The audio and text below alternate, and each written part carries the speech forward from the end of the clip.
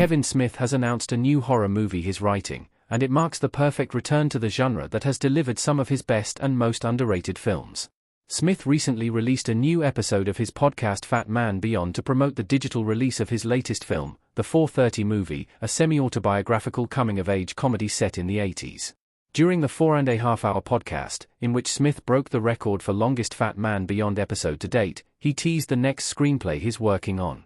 Smith's next movie is a new Jay and Silent Bob movie, Jay and Silent Bob, Store Wars, in which Jay and Bob get into an intense business rivalry with a fellow weed dispensary. But on Fat Man Beyond, he revealed that he's already writing the next movie he'll make after that. Smith describes this script as a horror movie about a satanic cult that's essentially his take on Rosemary's Baby.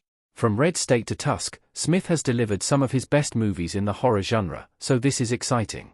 Kevin Smith's return to horror is exciting after Red State and Tusk. Smith's horror movies are two of his best. Smith made his first full-blown horror film in 2011 with Red State. It revolves around three horny teenage boys who get lured into a catfishing scam by a Westboro Baptist Church-style radical religious group. While being held captive at the church, they get swept up in an armed standoff between the churchgoers and a band of ATF agents. Red State was a radical change of pace for Smith, and it maintains a nail-biting intensity from beginning to end. After Red State, Smith followed it up with an even wilder horror movie. Tusk stars Justin Long as a podcaster and Michael Parks as a mad scientist who surgically transforms him into a walrus.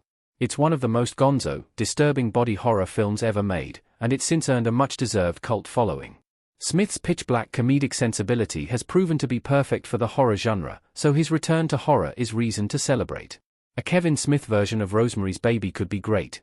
Smith has a penchant for religious satire. Mia Farrow looking horrified at the end of Rosemary's Baby. A Kevin Smith version of Rosemary's Baby sounds like an amazing movie. There have been a lot of Rosemary's Baby rip-offs lately, from False Positive to Immaculate to The First Omen to its own official prequel, Apartment 7A. But they've all tried to emulate Rosemary's Baby and failed to match its dread and tension. What gives Smith's movie the edge is that it won't just be a copycat, it'll do its own thing.